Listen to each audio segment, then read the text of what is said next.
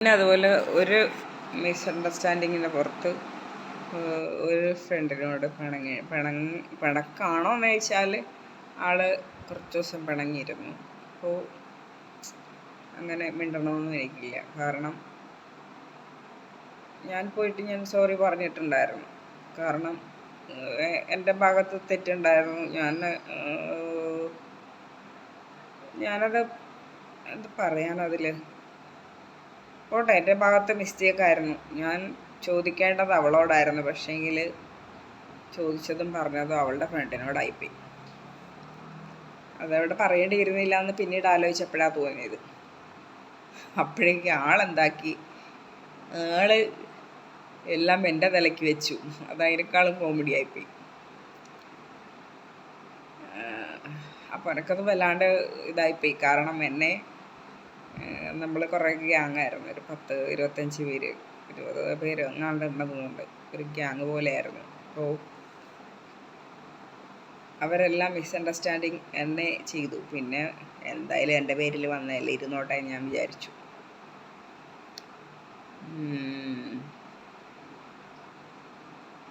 പിന്നെ എന്നോട് ആൾ മിണ്ടാൻ വന്നു, ജസ്റ്റ് മിണ്ടി. പിന്നെന്തോ മിണ്ടണമെന്ന് എനിക്ക് പിന്നെ തോന്നിയിട്ടില്ല. പിന്നെ ആളോട് പറയാനുള്ളത് എന്താ പറയാനുള്ളത്? ആളോടൊന്നും പറയാനില്ല അല്ലേ. വലുതായ ആൾക്കാരോട് നമ്മൾ എന്ത് പറയാനാ? അവരുടെ തീരുമാനങ്ങൾ, അവരുടെ വിഷമങ്ങൾ അവർക്കേ അറിയുള്ളൂ. അവർ ചെയ്യുന്നതും പിടിക്കുന്നതും അല്ലേ, അതൊക്കെ അവർക്കേ അറിയുള്ളൂ. പിന്നെ എനിക്ക് ഇഷ്ടപ്പെടാത്ത ആ കാര്യം പറയാം. ഞാനൊരു കാര്യം രഹസ്യമായിട്ട് പറഞ്ഞു കഴിഞ്ഞാൽ ആളത് 10 നോട്ടീസ് അടിക്കുന്ന കൂട്ടത്തിലാണെന്ന് എനിക്ക് തോന്നി. അതാണ് തുടക്കം മുതൽ എനിക്കൊരു ഇഷ്ടക്കുറവാന്ന് തുടങ്ങിയത്.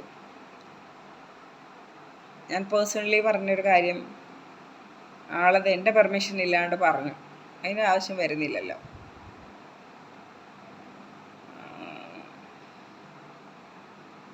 പക്ഷേങ്കിൽ ആളെന്നോട് പറയരുതെന്ന് പറഞ്ഞ കാര്യം ഞാൻ പറഞ്ഞിട്ടില്ല. അതൊന്ന് ചിന്തിച്ച് നോക്കാം. പറയരുതെന്ന് പറഞ്ഞിട്ടില്ല. പക്ഷേങ്കിൽ അല്ലാതെ കുറച്ച് കാര്യങ്ങൾ ആളുടെ ഫ്രണ്ടിനോട് പറഞ്ഞു. അത് ആൾക്ക് ഇഷ്ടപ്പെട്ടില്ല. അപ്പോൾ പിന്നെ ബാക്കിയുള്ളവരോട്, നമ്മളെ കൂട്ടത്തിലുള്ളവരോട് പറഞ്ഞിട്ട് അതൊരു മിസ്അണ്ടർസ്റ്റാൻഡിങ് ഒക്കെ ആയി. അതങ്ങനെ എന്നെ പറഞ്ഞതാക്കിയതെന്ന് എനിക്കറിയില്ല. അന്ന് ഞാൻ ആഗ്രഹിച്ചിരുന്നു അത് തെളിയിക്കണം, അത് പറയണമെന്നൊക്കെ. പിന്നെ ഇപ്പം ആഗ്രഹമൊന്നുമില്ല. മനസ്സിലാകാണ്ട് പോയ ഫ്രണ്ട്സിനെ നമുക്ക് ആവശ്യമില്ലല്ലോ. പിന്നെ ഇതോടുകൂടി കഴിയും. അങ്ങനെ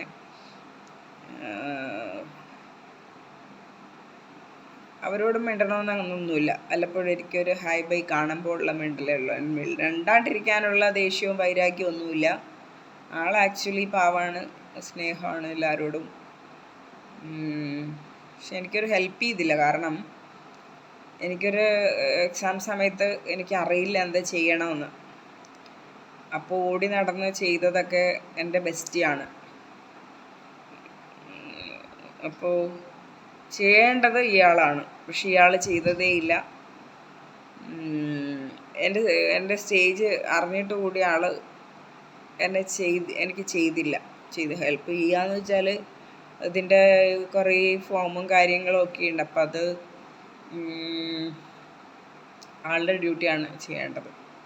പക്ഷേങ്കിൽ എന്നെ കൈ പിടിച്ചുകൊണ്ട് പോയി ചെയ്തത് എൻ്റെ ബെസ്റ്റിയാണ് കേട്ടോ. അന്ന് മുതലാണ് എൻ്റെ ബെസ്റ്റിയെ ഞാൻ നോട്ടീസ് ചെയ്യാൻ തുടങ്ങിയത്.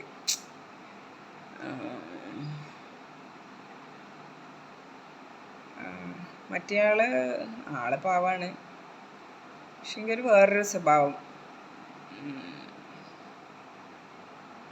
എനിക്ക് അക്സെപ്റ്റ് ചെയ്യാൻ പറ്റാത്തൊരു സ്വഭാവമാണ്.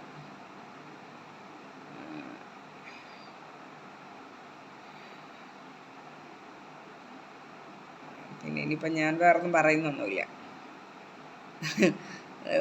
ഒരിത് പറയാം എന്ന് വെച്ചാൽ,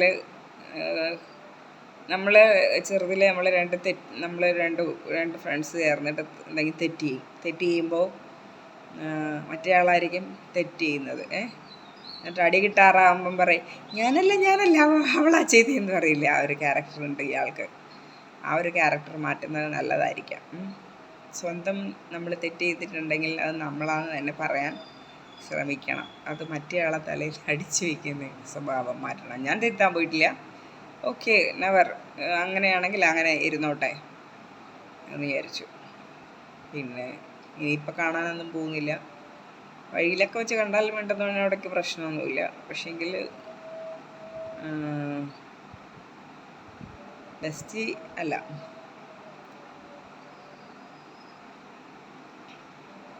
ബെസ്റ്റായിട്ടൊന്നും എനിക്ക് ഫീൽ ചെയ്യാറില്ല.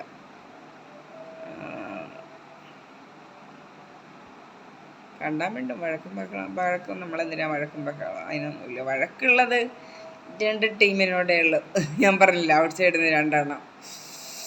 അത് ജീവിതത്തിൽ മറക്കില്ല, എന്നെ അങ്ങനെ വേദനിപ്പിച്ചത്. മനസ്സിലായോ? ബാക്കിൽ നിന്ന് മറ്റേ എന്ത് സിനിമ, മറ്റേ എന്താണ് ബാക്കിൽ നിന്ന് കുത്തുന്നത്, രാജാവിനെ കുത്തുന്ന സിനിമ മറന്നുപോയി. ഇത് പടയപ്പയോ എന്താന്ന്, അതുപോലെ ഒന്ന് ബാക്കിൽ നിന്ന് കുത്തി, ഒന്ന് മാനസികമായി തളർത്താൻ നോക്കി.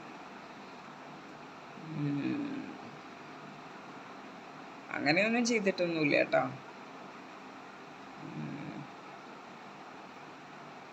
അത് ഞാൻ പറഞ്ഞു, എന്നെ അങ്ങനെ ആരും അങ്ങനെ ഇതാക്കാറില്ല. ഇത് അസൂയ മൂത്ത് 2 എണ്ണം അങ്ങനെ ആയിത്തീർന്നതാ.